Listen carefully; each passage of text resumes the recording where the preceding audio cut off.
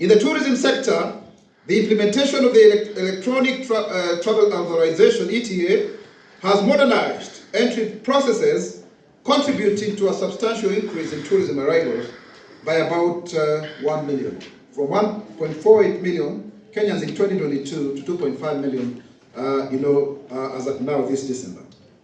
So you can see we have more income being generated by many Kenyans, many people who are visiting Kenya. And we are happy because we are trending. Even our country music is trending internationally.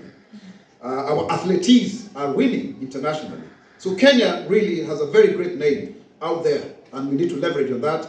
And His Excellency President William Ruto has really espoused very strong, robust foreign policy credentials. Looking at the new policy that was launched the other day on 2nd of December, that has got 8 pillars in terms of sports, blue economy, peace, economic, and other forms of diplomacy. That is very, very commendable.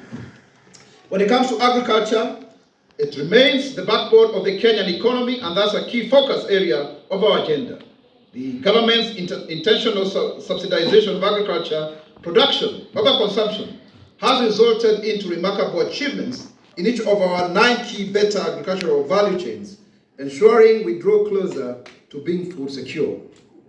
Farmers have greatly benefited from the fertilizer subsidy program, with 67% reduction in fertilizer costs, from Kenya shillings 7,500 to Kenya shillings 2,500 per 50 kilograms bag, leading to increased production. As a result, 95 million bags of maize, 10 million bags of wheat, and 2 million bags of rice are now available, significantly strengthening our national food stockpile and reserve, and therefore reducing farming risks, because farming is not really about production, it's a coordination failure.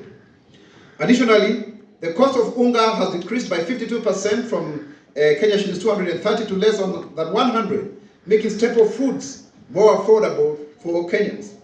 Adequate rainfall has also further enhanced maize crop productivity, reducing the nation's dependency on imports.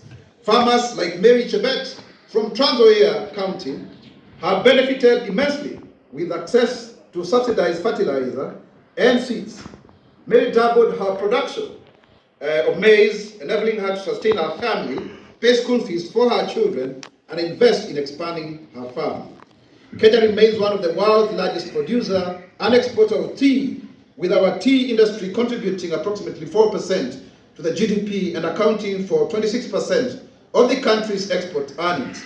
The robust reforms in the sector has seen it record an extra Kenya shillings 42 billion in export earnings, pushing the total tea export earnings to Kenya shillings 180 billion, an increase from 138 billion the previous year. So this is money, this is Pesa Mfukoni to fellow Kenyans.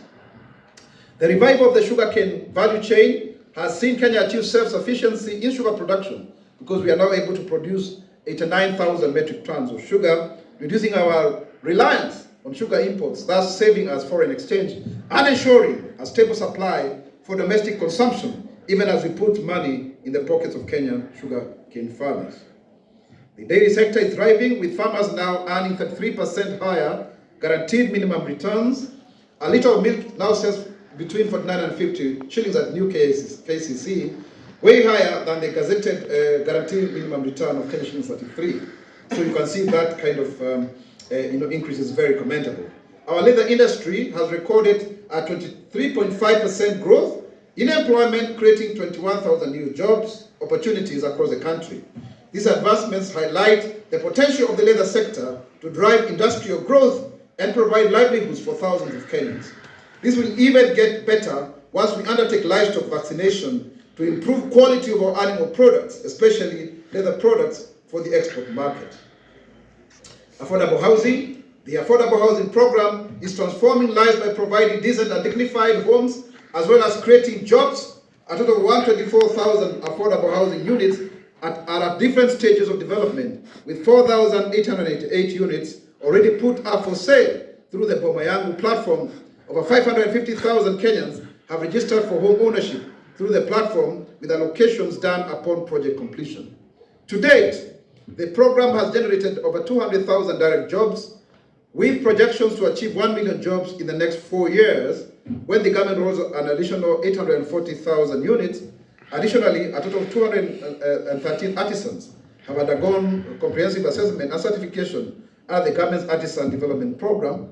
These are people who may not have gotten degrees or diplomas, but they have been certified out of experience. This ensures that their skills are formally recognized, enhancing their employability and opening up opportunities for higher wages, career progression, and contribution to the country's growth of the skilled labor force, and including increasing the participation of women in construction from 20% to about 30%, women engineers, plumbers, and all of that. Now, a good example is John Otieno, a young mason from Kisumu, who secured employment at an affordable housing project, and his earnings have now allowed him to support his siblings' education and start a small business for his wife. This ripple effect showcases how housing initiatives are not only just about building, but also about transforming lives. Very, very important. And we've had many cases of people in Homa Bay, in Nakuru, in Kirinyaga, in Bomet, in Kwale, who are benefiting from this project. The shift to shift, that is Taifa Care. The government reaffirms its commitment to delivering equitable and quality healthcare services to all citizens, guided by the right to health as guaranteed in the Kenya Constitution 2010. Community health promoters have been a cornerstone of our universal healthcare program, strengthening primary healthcare delivery across the counties. We have engaged 107,000 community health promoters, CHPs, to support our vision of a functional national healthcare system. These health champions have registered 7.8 million households with a target to reach 12.5 million households to champion promotive and preventive healthcare. They have screened 6.5 million Kenyans for diabetes, resulting in 126,000 individuals being referred to healthcare facilities for further assessment. This is very, very commendable. It has never happened before. Additionally, the CHPs have screened 4 million Kenyans for hypertension, with 318,000 referred for additional care, while they have also identified and referred 247,000 pregnant women to antenatal clinics for critical maternal health care services. So this is in the preventive space, and also promotive, because we need to move to that more before we end up with a gridlock and backlog in our healthcare system. The rollout of Taifa Care under the Social Health Authority is a historic initiative that aims at addressing and overcoming long-standing barriers to universal health care. In just 2 months, Taifa Care has registered over 16.5 million Kenyans under the Social Health Insurance Fund, including 5.6 million citizens transitioned from the National Health Insurance Fund, and registered 11 million Kenyans under the Social Health Insurance Fund. So you can see that breakdown. 5.6 transferred, and the rest are actually registered directly. So those who are doubting Thomases, please see that it is actually working. Today, Kenyans from all levels benefit from access to essential healthcare services for individuals who were previously underserved or excluded. Guided by the principle of healthcare for all, Taifa Care prioritizes equity, ensuring that no Kenyan is left behind. Coverage and benefits.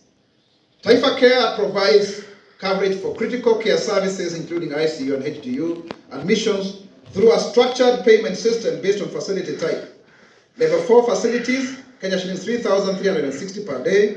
Level 5 facility, Kenya shillings 3,920. And level 6 facility, Kenya shillings 4,480. Each household is eligible for up to 180 days of critical care services annually at empaneled facilities. So please, if you are a facility out there, you are yet to be empaneled, kindly register so that Kenyans can benefit. The Ministry of Health is establishing a committee in line with Regulations 4 of the Social Health Insurance Regulations to review tariffs and benefits, ensuring sustainability and responsiveness to healthcare needs.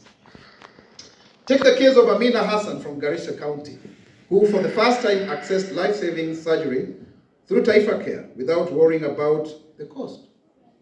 Her story is a reflection of the transformative impact of the program, which is ensuring timely and affordable healthcare for millions.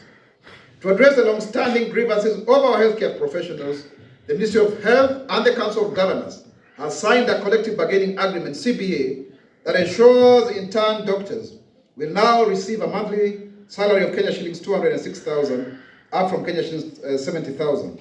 This agreement also includes the payment of basic salary arrears owed to medical interns. Let us turn now to MSMEs. The government has strategically focused on commercializing and industrializing agriculture to support the growth of MSMEs, which employs over 80% of Kenyans, both directly and indirectly, and the manufacturing sector, so that we ensure that we have jobs that are sustainable, clean jobs, green jobs. This comprehensive approach has created a fertile environment for innovation and entrepreneurship. In 2023, Kenya emerged as a leading startup hub, attracting a remarkable $800 million in startup funding. According to the Africa Investment Report and the Africa Big Ideas Report, the Bloomberg Report, Kenya ranked #1 in Africa, surpassing Egypt and South Africa. Manufacturing. Key initiatives include mobilizing investment for county aggregation and industrial parks and promoting export orientation production. Special economic zones and export processing zones have attracted huge investments, bolstering manufacturing and exports while creating thousands of job opportunities nationwide. As of January 2023, there were 23 SEZ licensed enterprises, and at the close of 2024, we have now 50 new ones, bringing the total number of these SEZ licensed enterprises to 73. 50 new companies have actually come on board. That's quite commendable, including one that is going to manufacture 300 ambulances in Naivasha from Norway. Similarly, this number of EPZ licensed enterprises rose from 148 in January to 178 in December 2024. Very, very innovative ideas. There is even a biotech company, Sawa, which is going to be manufacturing breast cancer medicine in this country. We remember very well in our better plan, pharmaceutical manufacturing was identified as a key aspect in terms of our industrial growth. This expansion has resulted in the creation of 14,000 real jobs, with an additional 56,000 jobs expected in the new year. Flagship projects in counties such as Busia, Kirinyaga, Murang'a, Eldoret, Kwale, and Nakuru are set to generate another 30,000 jobs. Ladies and gentlemen, fellow Kenyans, over the past 2 years, Dogokundu has seen significant progress and has been operationalized with over 80 investors in the pipeline. The Naivasha Special Economic Zone has also become operational, successfully attracting over 20 investors who are ready to take advantage of the opportunities it offers, including the car bazaar, as you may know. The development of Dogokundu and Naivasha's SEZs is projected to create 26,000 more jobs, enhancing wealth creation and economic opportunities for Kenyans. These zones are greatly facilitating private sector investments and strengthening county and public sector operations within the special economic zones, while laying a solid foundation for sustainable economic growth. Under the leadership of His Excellency President William Ruto, Kenya's investment barometer has shown remarkable progress. According to the Central Bank of Kenya, credit to the private sector has actually increased by 100 billion. So the sector is actually growing. People are borrowing, other than what the naysayers are saying. From the previous 380 billion to now 480 billion.